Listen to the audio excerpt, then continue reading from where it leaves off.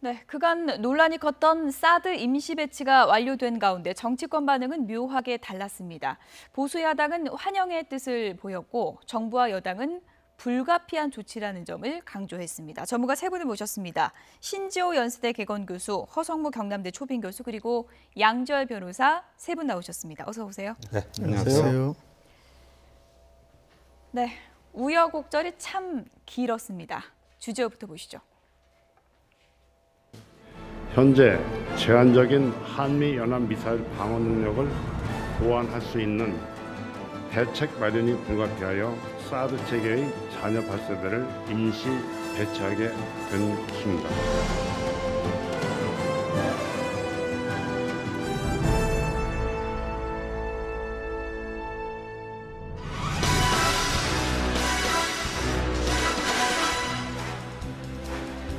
그래도 지금이라도 이것이 설치가 된 것이 참으로 다행스럽고 매우 또 적절한 행동이다 이렇게 판단을 합니다.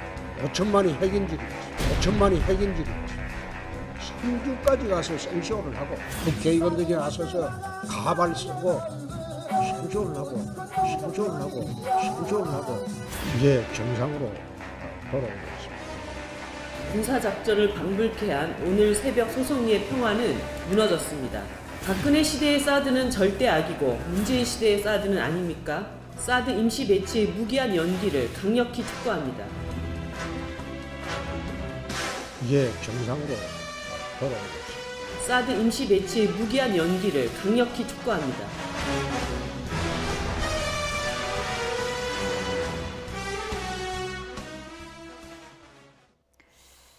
정치권의 엇갈린 시선을 지금부터 좀 들여다보도록 하겠습니다. 허 교수님, 네. 용어 정리부터 좀 해볼까요? 임시 배치입니까? 배치 완료입니까? 어떻게 이해를 하는 게 맞는 겁니까? 임시 배치의 완료다. 임시 배치가 완료된 겁니까? 그렇죠. 예. 완전히 배치가 되려면 이제 지반부터 콘크리트 지반을 하고 완벽한 수평과 고증이 필요한데 예. 이거는 그냥 흙만 좀 수평으로 골라서 그 위에 알루미늄 판을 깔고 이제 임시적으로 배치가 되는 것이 맞죠, 사실은. 그래서 이제 환경 영향 평가가 완전히 끝나고 나면은 예. 그것을 이제 그 콘크리트 구조물을 밑에 설치를 하고 완벽하게 이제 설치를 하게 되는 건데 환경 영향 평가가 아직 완벽하게 끝이 나지 않았기 때문에 예. 배치는 했지만 결국 네. 임시 배치다 이렇게까지 말할 수밖에 없다 이렇게 예. 봅니다. 그래도 모아단 분들이 참 많은데 배치됐지만 임시 배치다. 이건 어떤 상황이라고 저희가 이해를 하면 됩니까? 근데 지금 예. 우리 허 교수님 해석처럼 그런 의미에서 그 밑에 구조물이 뭐 임시 구조물이냐, 예. 완벽한 그거냐, 그것 때문에 임시다. 그렇게 지금 집권 여당이 설명하고 있는 게 아니에요. 근데 저는요, 평범한 상식의 대한민국 평균적 감각으로 어떤 국어 실력으로 봤을 때요, 불가피하다는 게 뭡니까? 피할 수 없다라는 거죠. 그러니까 반드시 할 수밖에 없는 거를 우리가 불가피한 조치라고 이렇게 흔히 얘기하지 않습니까? 예. 근데 그거를 임시로 합니까?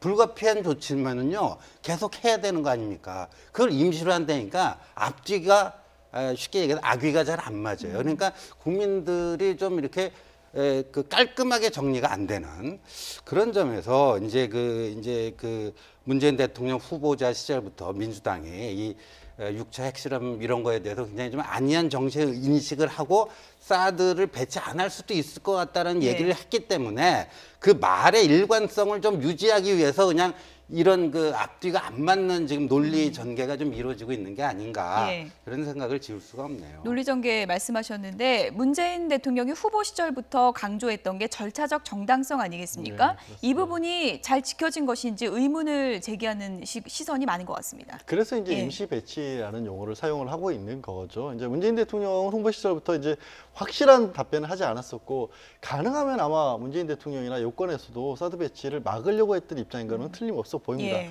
하지만 우리 흔히 하는 말로 이제 사정 변경이라는 게 생겨버렸지 않습니까? 6차 핵실험까지 했고 문 대통령께서도 레드라인이라고 얘기했던 핵무기를 탑재할 수 있는 수준까지 북한이 얘기를 하고 있는 상황이 아직 그게 완료됐단 말씀은 예. 아닙니다만 그런 정도이기 때문에 우리가 현재 우리의 어떤 자체적인 방어 능력이라든가 아니면 미국과의 동맹 관계를 생각해서라도 불가피한 상황이 됐기 때문에 긴급히라도 배치할 필요가 있으니까 임시 배치지만 저는 진짜 변호사니까 이런 비유를 좀 들어볼까 합니다. 범인이 명백하고 자기도 자백하고 있고 주위에 증거도 뻔하고 증거도 확실하지만 우리는 재판을 거칩니다. 그런 의미에서 절차적 정당성이라고 하는 것은 필요한 부분이 있다는 예. 거죠. 분명히 환경영향평가가 아마도 이상이 없을 것으로 추측이 되지만 1년이라는 기간이 또 있어야 제대로 된 환경영향평가가 있고 예. 만에 하나라도 그게 문제가 생길 경우에는 성주가 아니라 다른 곳일 수도 있고 아니면 성주 내에서도 이 어떤 피해가 가장 적은 방향으로 할 수도 있다라는 정도의 여지는 있는 것으로 보는 게 낫겠죠. 예. 민주당의 우원식 원내대표도 임시 배치라는 점을 다시 한번 강조했습니다. 들어보시죠. 이번 사드 배치는 우리의 안보를 확보하기 위한 불가피한 조치였습니다. 이런 상황 속에서 현지 주민들과의 충돌로 20여 명의 부상자가 발생한 것은 매우 안타깝게 생각합니다. 이번 사드 배치는 임시 배치이며 향후 일반 환경영향 평가를 철저히 거친 후에 신중하게 최종 배치를 결정해 나갈 것입니다. 지금도 이 정부나 여당이 사드를 가지고 장난치려는 듯한 그런 인상을 지울 수 없습니다. 아직도 임시 배치니 또 일반 환경영향평가에 따라 달라질 수 있느니 그런 말을 무엇 때문에 합니까? 무기는 소요가 있고 필요하면 배치하는 것이 임시지 세워라 내워라 끝까지 있는 건 아니지 않습니까? 참으로 민주당이나 정부 안보 당국자들의 발상이나 태도가 한심스럽습니다. 이게 뭡니까? 사드 가지고 더 이상 장난치지 마십시오. 네, 아직도 임시 배치 운운하는 건 사드 가지고 좀 너무 장난치는 게 아니냐라는 게 이제 바른정당의 비판인데 어떻게 들으셨습니까? 그래서 뭐 또 저런 시각을 가지고 저렇게 비판도 할 수 있다고 예. 봅니다. 또 정반대의 시각을 가지고 또 이 배치 자체를 문제 삼는 분들도 있는 것이고요. 각자의 철학이나 또 군사적 관점에 대한 이해에 따라서 예. 다양한 의견은 있을 수 있다고 봅니다. 그러나 이제 정부는 우리의 안보를 실현하고 뭐 필요한 무기, 소요되는 무기를 배치하고 안 하고가 예. 어쨌든 그때 상황에 따라서 판단할 수밖에 없지 않습니까?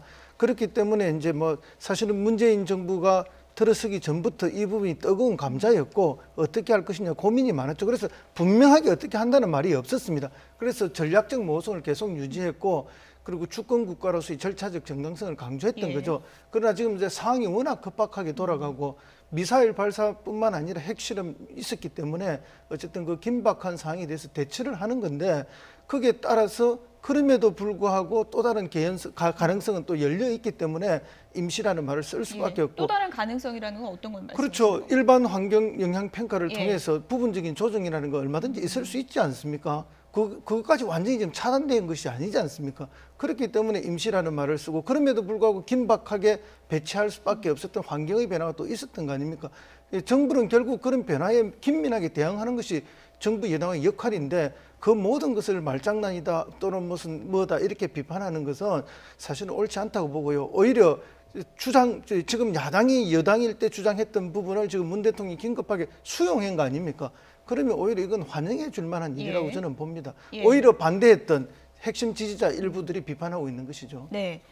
우원식 원내대표도 사실은 넉 달 전에 사드 반대했었잖아요. 그렇기 때문에 조금은 좀 이런 얘기하기 머쓱하기 때문에 이렇게 말할 수밖에 없지 않는가 이런 생각도 드는데 어떻게 보십니까? 네, 그런 측면도 있고요. 제가 봤을 때는요. 이게 국내 정치적인 접근이 좀 있는 게 아닌가. 그러니까 지지층에 대한 배려. 그러니까 지난 대선에서 말이죠.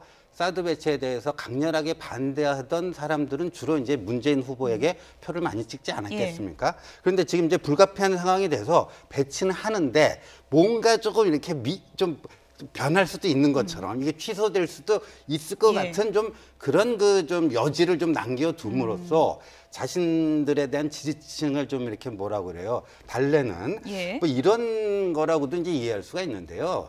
지금 이런 거 고민하고 있을 때가 아닙니다. 지금 뭐냐면요. 성주에 이 사드 한 개 포대가 지금 배치된 거 아니에요? 그렇죠. 그것만 갖고도요. 부족하다라는 게 일반적인 평가예요. 그러니까 이 사드의 사정거리가 200km거든요. 그러니까 수도권 방어에는요. 이게 부족하다라는 거죠. 그러니까 오히려 더 이제 지금 이게 다층적인 다층 방어망을 형성해야 된다. 그걸 위해서는 더 많은 군비 투자를 해야 된다 이런 얘기가 나오고 있거든요. 그러니까 지금 내년부터 여러 가지 복지 늘려간다는데 복지를 먼저 해야 되는 건지 그러나 안보 국방 예산부터 먼저 해야 되는 건지 이게 정말 국가적으로 판단해야 할 중차대한 사안이 되고 있는 건데 본인들 지지층을 이렇게 달래기 위해서 좀 이렇게 얘기하는 건 너무 좀 한가하다 하는 느낌을 줄 수 예, 있네요. 양절 변호사님, 사실 뭐 민주당 의원들이 사드 반대에 앞장섰던 또 의원들도 있고 또 성주까지 가서 상당히 좀 그런 움직임을 적극적으로 보였던 의원들도 있지 않습니까? 그런 내부의 혼선부터 좀 정리하는 것도 필요하다는 의견도 많은 것 같습니다. 그렇죠. 예. 이제 핵심 지지층 중에서는 아직도 반대하는 분들도 많이 있고요. 내부의 혼선이라기보다는 저는 이 시간의 변화 이런 것들도 분명히 받아들여야 될, 인정해야 될 필요가 있다고 봅니다. 예. 왜냐하면 민주당의 입장에서는 그 야권일 때도 그렇고 여권일 때도 현재도 그렇고 가장 마지막 수단까지는 최후로 미루고 싶어 한다라는 예. 건 있습니다. 그러니까 사드가 배치되는 순간 어찌됐든 중국과의 관계가 악화되는 건 맞고 사실 북한이 핵을 사실상 보유하고 있다는 것을 인정하기 때문에 또 우리는 또 사드를 배치한다는 그런 의미도 되는 거거든요. 예. 어쨌거나 마지막까지 가능하면 피하려 했어야 되는 게 맞는 상황인 건 또 맞는 예. 거죠. 그쪽 입장에서 봤을 예. 때는. 또 사드에 대해서도 아직도 물론 이제 이 도입 과정에서부터 공론화가 안 된 탓인지 일부에서는 이제 방금 말씀하신 것처럼 더 필요하다는 의견도 있고 아직도 이게 북한 핵 막는 데는 필요 없다는 의견까지도 예. 있는 상황이에요. 그런 부분들이 조금 시간이 필요한 상황이죠.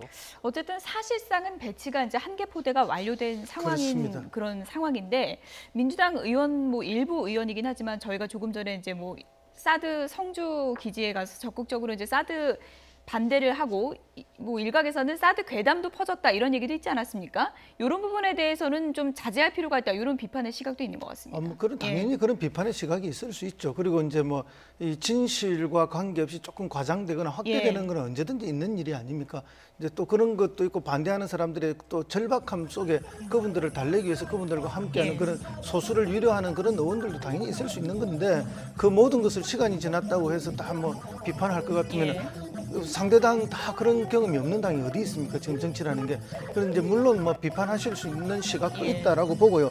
다만 이제 방금 신 의원님 말씀하신 것처럼 한 개라도 부족하다. 200km밖에 안 돼. 그렇다면 왜 성주에 위치하느냐? 그거보다 한 100km 정도 더 위에 배치를 하면 한 개로도 가능한 게 아니냐. 예. 수도권 1000만도 보호할 수, 2000만도 보호할 수 있는 거 아니냐. 지금의 위치는 팽팽 미군기지만 보호할 수 있는 거리까지만 해놓은 거 아니냐. 그러면 하나 또 두 개, 세 개가 더 필요하다면 결국 우리 돈으로 해라는 이야기 아니냐. 그러면은 사드를 개발한 그러면 락히드 마틴사의 그 개발 비용을 대한민국이 사서 보존해 주자 이런 주장까지도 있는 것은 사실이거든요. 그러면 무엇이 가장 적정하고 옳은 길인가 하는 부분에 대해서는 예. 전문가들의 토론이 따로 필요하다고 봅니다. 사드 배치까지 뭐 혼선도 많고 우여곡절도 참 많았는데 이렇게 위중한 안보 정국에서 여야 대표의 처신도 참 잘못됐다라는 비판이 나왔습니다. 바른정당 하태경 의원의 얘기 들어보시죠. 추미애 대표는 대한민국 여당 대표인지 러시아 여당 대표인지 밝혀야 될 겁니다. 어제 문재인 대통령이 푸틴과 아주 힘겨운 정상회담을 했습니다. 푸틴은 중국처럼 여전히 대화를 통한 외교적 해법을 고집했습니다. 그런 상황에서 추미애 대표는 대화를 100번이라도 더 이야기해야 된다면서 푸틴의 입장을 일방적으로 응원하는 모습을 보였습니다. 문재인 대통령이 푸틴과 전쟁 같은 외교 협상을 하고 있는 상황에서 우리 추미애 대표는 문재인 대통령 뒷머리에서 총질을 해댄 겁니다. 홍준표 대표에 대해서 한 말씀 드리겠습니다. 홍준표 대표는 대통령 말귀 못 알아듣는 사오정 대표입니까? 홍준표 대표는 어제 여전히 정부가 대화 타령을 하고 있기 때문에 한국당은 장외투쟁 나간다고 선언을 했습니다. 지금 홍준표 대표보다 장외투쟁 더 하고 싶은 사람은 추미애 대표입니다. 대화 100번 이야기해야 된다는데 대화 한 번도 안 한 문재인 대통령이 얼마나 야속하겠습니까? 네. 그러니까 하태경 의원 주장은 한국당의 기조대로 문재인 대통령이 대북정책 기조도 바꿔줬는데 지금 왜 밖에 나가 있냐 이런 주장이거든요. 어떻게 볼 수 있을까요? 예, 뭐 그러니까 이제 그 자유한국당이 정기국회를 지금 보이콧하고 있지 예. 않습니까? 거기에 대해서 이제 비판하는 거는 뭐 저는 있을 수 있다고 봐요. 그러니까 원래 국회는요 여당판이 아니라 야당판입니다. 예. 이 정기국회 이 국정감사 이거는요 어떻게 보면 야당을 위한 그 판이에요. 예. 그런데 더군다나 지금 여러 가지로 이제 그 비판하고 공격할 수 있는 본인들만 똑똑하고 똘똘하다면요 얼마든지 정부 여당에 대해서 정말 뼈아픈 일격을 가할 예. 수 있는 이런 장인데 네. 그걸 스스로 이제 박차버린 거 아니에요. 물론 이제 그 MBC 사태라고 하는 예. 특수 상황이 있었지만 그런 거에 대해서 이제 저는 비판할 수는 있다고 보는데 지금 이제 하태경 최고위원의 저런 이제 접근법이 굳이 이제 표현을 꼭 저렇게까지 좀 뭐 사오정이네 뭐네 예. 하는 식의 그 표현을 꼭 해야 되는가 하는 예. 문제는 좀 남는 거죠. 예. 뭐 야당판이라고 하셨는데 바른정당은 요즘에 여당입니까? 야당입니까? 예? 어느 쪽에 더 가깝다고 뭐 보십니까? 야당이라고 봐야 되겠죠. 근데 예. 야당인데 자유한국당과는 조금 이제 뭐 노선을 달리하는 그러니까 기본적인 정체성은 야당이라고 봐야죠. 예. 예. 어쨌든 또 추미애 대표에 대해서도 연일 공세를 퍼붓고 있는데 러시아 여당 대표냐 뭐 이렇게까지 얘기했습니다. 그러게요. 저도 예. 문 대통령에게 총질을 했다는 표현은 좀 섬뜩할 정도의 예. 말씀이어서 저렇게까지 말씀을 하실 필요가 있냐라는 생각도 들었고요. 좀 나눠서 이렇게 볼 수도 있을 것 같아요. 추미애 대표가 대화를 강조를 했는데 그럼 문재인 대통령은 분명히 푸틴을 만났어도 푸틴 러시아 대통령을 만났어도 압박과 제재가 굉장히 필요한 상황이다. 원유 중단도 해달라, 원유 공급도 이렇게 예. 얘기를 했는데 오히려 이제 푸틴 대통령 같은 경우는 북한의 수용평을 너무 그렇게 조여서는 안 된다라는 식으로 했기 때문에 지금 하태경 의원은 그러면 저 코드가 마치 푸틴 대통령이나 지금 추미애 대표나 똑같은 거 아니냐 이런 식으로 말씀을 하시는데요. 한편으로는 또 문재인 대통령이 압박과 제재를 통해서 그러면 압박과 제재를 하면 북한의 김정은이 손들고 항복하고 나오라는 얘기인가요?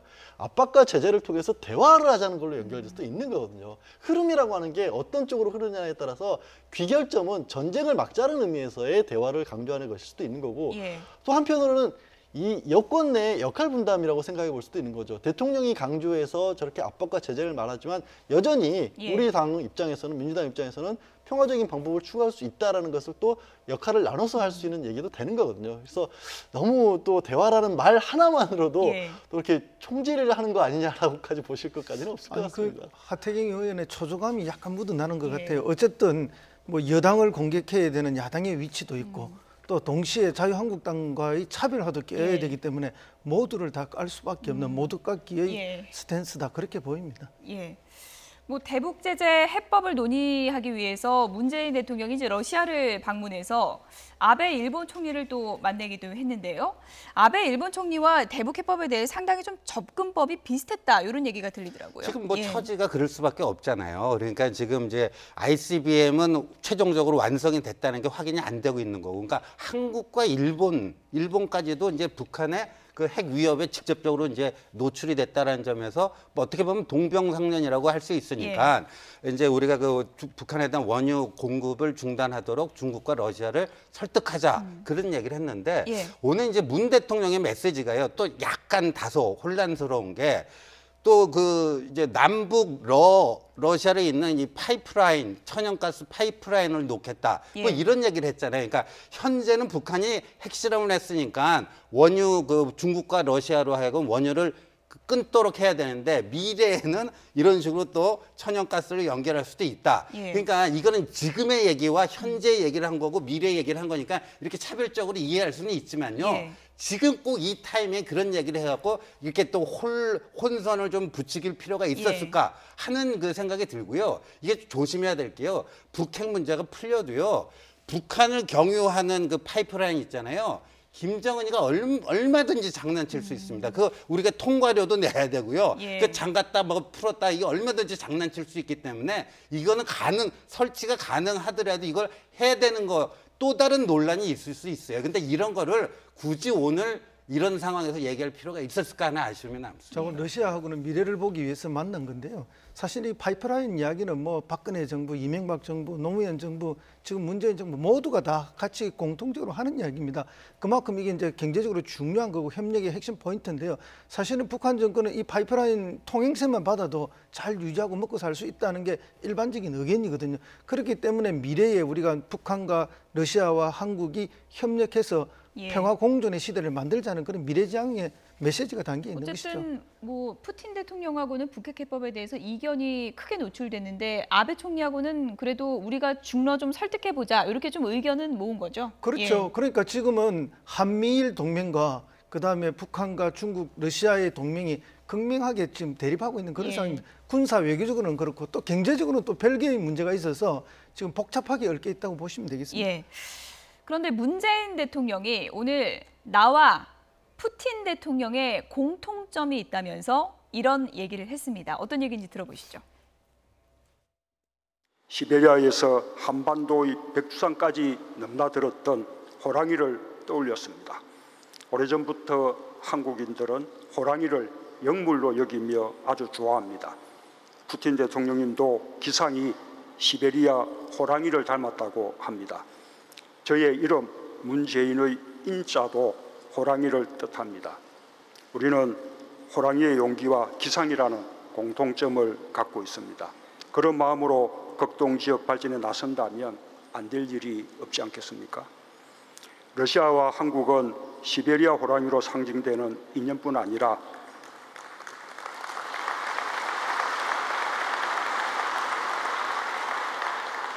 이 지역 곳곳의 삶에서도 연결되어 있습니다.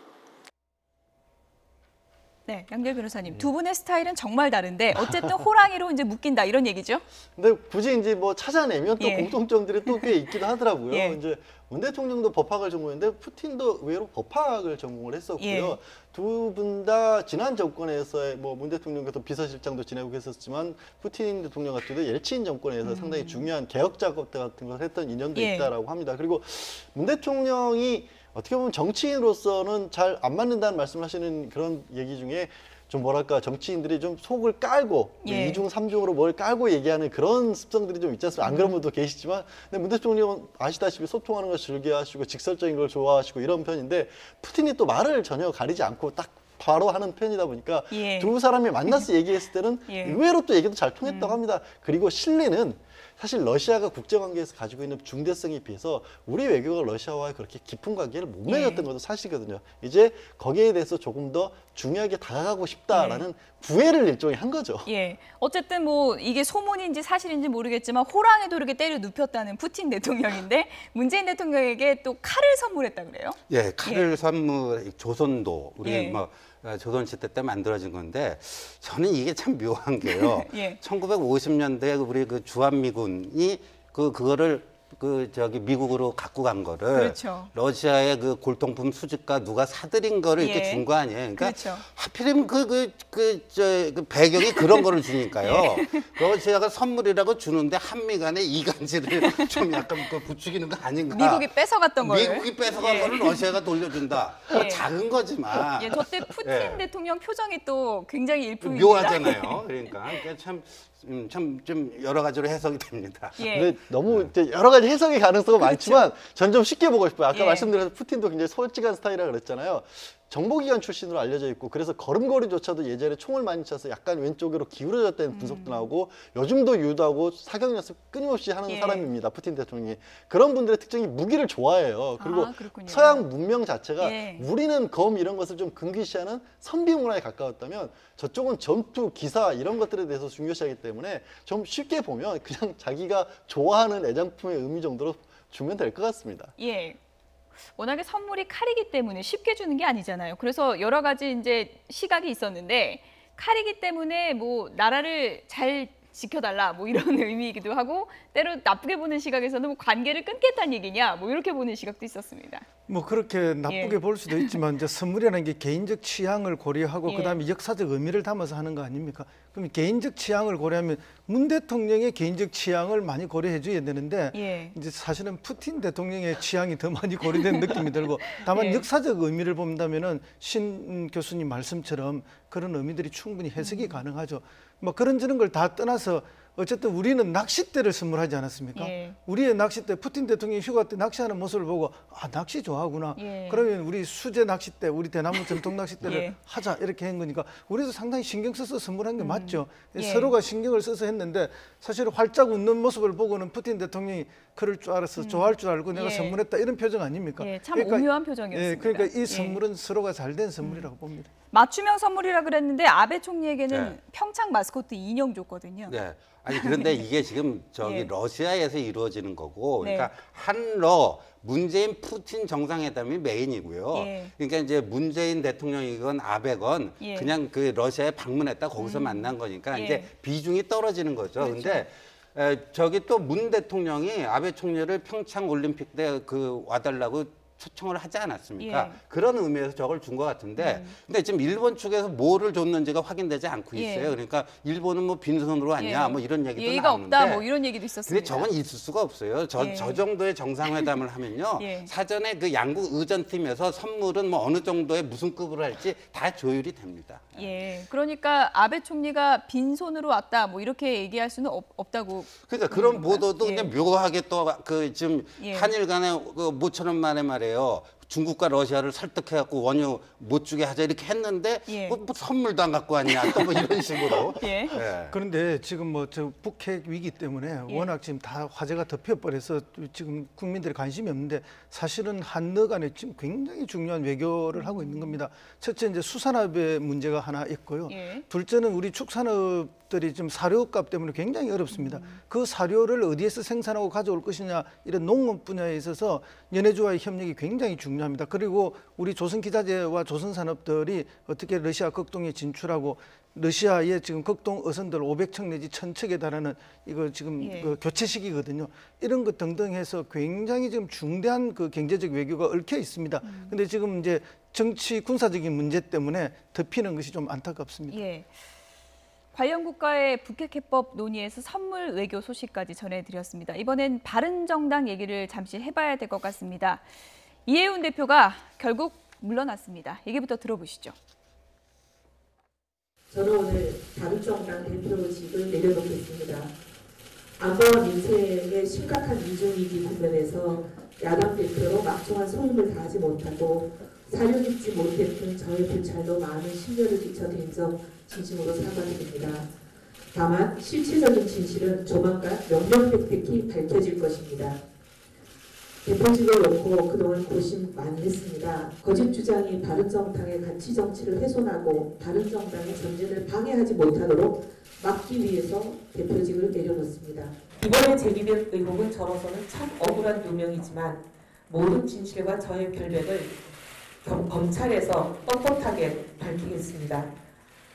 그리고 국민 여러분, 당원 동지 여러분, 저 개인의 부덕함은 꾸짖어 주시되 저희 바른정당은 개혁보수의 길을 굳건히 갈 수 있도록 도와주시기를 간절히 호소드립니다. 네, 신 교수님. 네. 사퇴 시점이 늦은 겁니까? 아니면 저는 적절했던 조금 겁니까? 늦었다고 봐요. 예. 그러니까 본인의 이제 뭐 그 혐의 여부를 떠나서 저 정도 일단 저기 됐으면요. 먼저 이제 당에 대한 부담을 좀 덜어주는 조치를 가급적 하루라도 빨리 신속하게 취했으면 하는 그런 아쉬움이 남는 거죠. 그리고 이제 저 몫은 앞으로 이제 이해운 대표가 개인적으로 이제 검찰 그 수사 과정에서 예. 본인이 이제 그걸 밝혀 나가야 될 몫이 된 것 같습니다. 예, 양절 변호사님, 어차피 이게 검찰 수사에서 명명백백히 진실이 밝혀지게 될 텐데 사업가 옥 씨의 주장이 맞다면 이해운 대표가 뭐 어떤 혐의를 받게 되는 거고 어느 정도의 지금 무게가 있는 사건인지 좀 설명을 해주시죠. 그래서 이제 그건 예. 너무 이제 가정을 그렇죠. 이제 이해운 대표께서는 분명히 전 예. 대표가 됐죠. 이제 그런 사실이 아니라고 했고 이게 일방적인 주장이라고 말씀을 하고 있고요. 다만 이제 사업가 옥모 씨 같은 경우에는 제공하는 금액이 최소한 6천만 원 가량 뭐 현금도 있고 또 금품 말고 선물 같은 것도 있고 그보다 더 많은 돈도 예. 이제 직간접적으로 썼다고 하고 있어서 말씀하신 것처럼 가정을 하고 만약에 그게 맞다라면 그렇죠. 상당히 심각한 타격이 될 수밖에 예. 없죠. 이제 정치자금법 위반이 될 수 있고 선거 기간 액수도 동안에 상당히 액수도 큰 상당히 거잖아요. 크고요. 예. 또 만약에 정말 이제 옥모 씨 같은 경우 무슨 대가성까지 주장을 하고 있어서 그럴 경우에는 정치자금법이나 아니면 더 나가서 뇌물까지도 연결될 수 있는 상황이 되는 건데 이제 이해운 대표는 그런 부분에 대해서는 분명히 검찰에서의 수사를 좀 자신하고 있는 입장입니다. 예. 다만 당에 있어서 부담감 그리고 어쨌거나 본인이 그런 사람을 가까이 했다는 것 자체가 정치적 어떻게 보면 그 너무 그 판단의 착오 이런 식으로 비춰질 수가 있어서 그런 부분에 사퇴하는 거라고 지금 뭐 해명을 하고 예. 계십니다. 이해운 대표가 내려오면서 다시 한번 김무성, 유승민 등판론이 힘을 받고 있습니다. 들어보시죠. 이해운 대표 사퇴 결정에 대해서 정말 가슴 아프게 생각합니다. 당이 앞으로 자강론과 뭐 통합론 나눠서 조금 얘기가 나올 것 같은데요. 대표님 입장은 계속 저는 자강이라는 단어 자체를 뭐 써본 적이 없고요. 정당을 하는 사람이 자기 당이 성공하고 잘 되기를 위해서 최선을 다해야 되는 건 뭐 너무나 당연한 이야기니까 뭐 제 생각은 처음부터 끝까지 변함은 없습니다. 지금 매주 화요일 이 시간에 주제를 관리하면서 공부 모임을 하려고 해요. 북핵 위기뿐만 아니라 지금 모든 것이 이제 위기 속으로 치닫고 있기 때문에 문재인 정부의 폭주를 막기 위한 야3당 공조를 이런 세미나를 통해 가지고 인식을 같이 하는 필요성을 더 강하게 느끼는 또 공동 대처를 하는 그런 방향으로 계속해서 매주 이 세미나를 계획하고 있습니다. 비대위 체제로 가게 되는 건가요? 아니면 대행 체제를 염두에 두고 계신 건가요? 그건 뭐 제가 결정할 문제가 아니고 중지를 모아서 결정할 문제입니다. 자, 그만하겠습니다. 네, 허 교수님, 이해훈 대표가 사퇴한 날 정진석 의원과 김무성 의원이 함께 있었습니다. 이건 어떤 분위기로 해석을 해볼 수 있겠습니까? 김무성 의원은 이제 자기 계파 분들이 이제 같이 탈당했다가 예. 다시 자유한국당으로 다 돌아가고 자기 혼자만 지금 바른정당에 남아 있는 분 아닙니까? 그분의 마음은 언제든지 돌아가고 싶은 마음일 거예요. 명분만 이미 마음은 거기 가 있는 겁니까? 명분만 만들어진다면 예. 그 지금 혼자 못 가고 남아 있는데 때를 기다리고 아니겠습니까? 예. 이제 그렇기 때문에 뭐 저런 모임도 만들고 그런 명분을 만들기 위한 과정을 만들어 간다고 저는 그렇게 봅니다. 그러나 이제 뭐 남아 있는 또 다른 바른정당의 의원들은 입장이 좀 다르지 않겠습니까?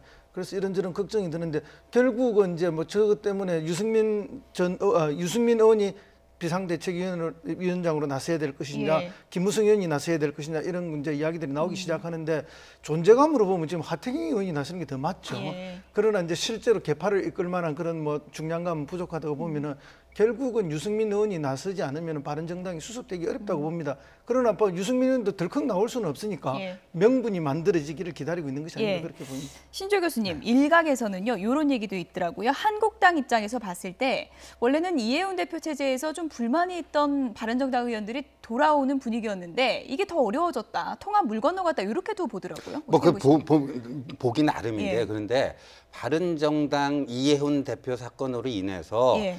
한국당과의 재결합 문제가 좀 탄력을 받는 것은 사실이죠. 그런데 한국당이 조치를 취해야지만 그게 이루어질 가능성이 높아지죠. 그러니까 이제 박근혜 전 대통령에 대한 출당 조치라든가 예. 친박 핵심에 대한 정리 작업이라든가 뭐 등등 뭐 이런 것들이 일정 정도 진행돼야지만 바른당을 흡인할 수 있는 그게 더 커지는데 지금 그 조치 없이 뭐 이해훈 대표 건으로 인해서 그냥 그러니까 오늘 또 홍준표 대표 얘기가 뭐 바른당은 또 흡수한다 뭐 이런 식으로 가니까 오히려 그게 또 바른당 의원들을 또 자극시킬 수가 있어요. 예. 그러니까 통합이냐 자강이냐는 앞으로 한국당 조치에 좀 크게 달려 있다고 보시는 거예요? 저는 그게 큰 영향을 미칠 거라고 봅니다. 예. 바른정당이 어떤 운명을 결정할지는 좀 지켜보도록 하겠습니다. 사드부터 무거운 얘기만 했는데요. 끝으로 분위기를 좀 가볍게 바꿔보겠습니다. 아재 개그가 돌아왔습니다. 주제어 보시죠. 노원이 발전해야 대한민국이 발전한다. 그걸 사자성어로 줄이면 노발대발이다, 노발대발이다라는 말을 하는데요. 연대 이야기하면 고대분들 접수해야 돼요.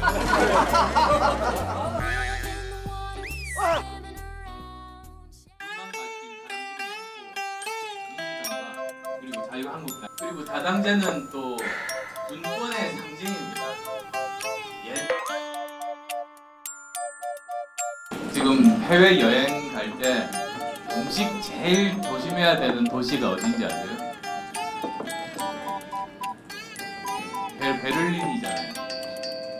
독일 수도. 그러니까 독일 수도 점점점.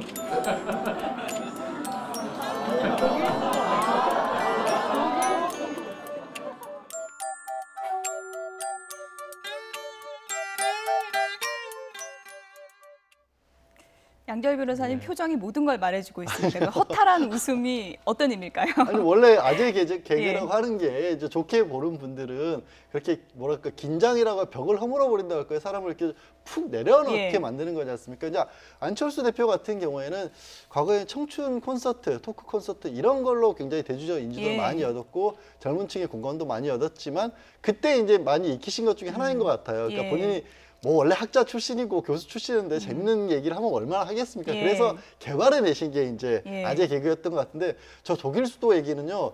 저는 이제 처음에 기사로 예. 기사로 봤어요. 뉴스 예. 신문 신철 기사로. 교수님 이해하셨죠? 저 독일 이해하는데 수도. 조금 시간 걸렸습니다. 신문 기사로 예. 보다 보니까 글을 읽으니까 이게 무슨 말인가 도저히 독국물 할 때 독일 수도 있다라는 거 아니에요. 그래서 좀 아직은 좀 말씀드린 이유가 아직은 좀 어렵지 않나 저것만 가지고 소통이 열렸다고 하기에. 안 그래도 내용도 썰렁한 내용인데도 안철수 대표가 하니까 더 썰렁하게 그렇게 느껴지는 아재 개그인데 이런 방식으로 민심 잡을 수 있겠습니까? 오늘도 호남 민심 잡기 나섰는데. 뭐 쉽지 않다고 봅니다. 물론 뭐 이제 아재 개그를 좋아하시는 분들도 있죠. 정말 아재라는 느낌이 들 정도의 아재 개그를 하셨는데 호남 민심을 잡기 위해서 가시는 거야 뭐 정치인이 당연한 것이지만 가서 이제 무슨 메시지가 중요하지 않습니까? 근데 오늘 호남 홀대론을 이야기를 했습니다. 예. 그러면서 뭐 토목과 건설 쪽의 예산이 줄었다. 약속 위반이다. 이렇게 이야기했는데 어차피 문재인 정부는 그 전국적으로 토목 건설의 예산이 다 줄어들고 있습니다. 그래서 토목과 건설 중심의 행정에서 사람에 투자하는 사람 중심의 행정으로 행정 키워드가 바뀐 거거든요. 예. 그걸 지금 이해를 못하고 있고 전국적으로 똑같이 두면서 복지 예산으로 예산이 늘어난 것입니다. 예. 그런데 그걸 가지고 가서 이제 이렇게 뭐 호남 홀대론을 다시 팔면은 그게 과연 팔리겠느냐? 지금까지 계속 지난 총선 때도 비판했던 게 호남 홀대론 아니었습니까? 예. 이제는 더 이상 팔리지 않는 철질한 메뉴다 이런 생각이 예. 듭니다. 신 교수님, 네. 얼마 전에 국민의당 대선 패배 보고서에서 네. 안철수 대표에 대해서 혹독한 비판이 많았잖아요. 네. 뭐 메시지가 모호하다, 뭐 네. 이런 게 많았는데 네. 전혀 달라지지 않고 있다 이런 또 시각도 있는 것 같습니다. 거기 평가서에서요. 예. 후보의 대중성이 좀 애매모호했다. 그러니까 예. 대중적인 어떤 흡인력, 대중적 친화력 이런 게 좀 약했다 그런 얘기 아니에요. 근데 저 아재 개그는요. 이 정도로 이해하면 될 것 같아요. 과거에 박근혜 전 대통령이 그 이제 후보자 시절에요. 이 얼음공주라는 별명이 붙었잖아요. 그렇죠. 그래갖고 그 이미지를 깨기 위해서 썰렁 개그를 몇 번 했어요. 예. 뭐 경상도 할머니하고 미국 사람하고 대화하는 거, 예. 뭐 버스데이 뭐 어쩌고 저쩌고 하는 이런 썰렁 개그를 몇 번 함으로써 그 얼음공주라는 이미지를 깨고 예. 저 양반도 사람이네. 네. 그냥 인간 냄새가 나네. 예. 하는 게 느낌을 심어준 네. 건데 이제 안철수 대표의 경우에 지난번 이제 대선 토론 때 뭐 내가 뭐 MB의 아바타입니까? 내가 예. 뭐 이상한 저기 했잖아요. 그러니까 이제 그런 거를 보완하기 위한 뭐로서 이제 아재 개그다. 예. 뭐 그런 정도 차원에서 이해하면 될 것 예. 같아요. 어쨌든 보는 입장에서는 아재 개그가 별로 업그레이드가 안 되는 것 같아서 앞으로 좀 어떻게 변할지는 지켜보도록 하겠습니다. 신지호 연세대 개건 교수, 허성무 경남대 초빙 교수, 그리고 양지열 변호사 세 분이었습니다. 고맙습니다. 고맙습니다.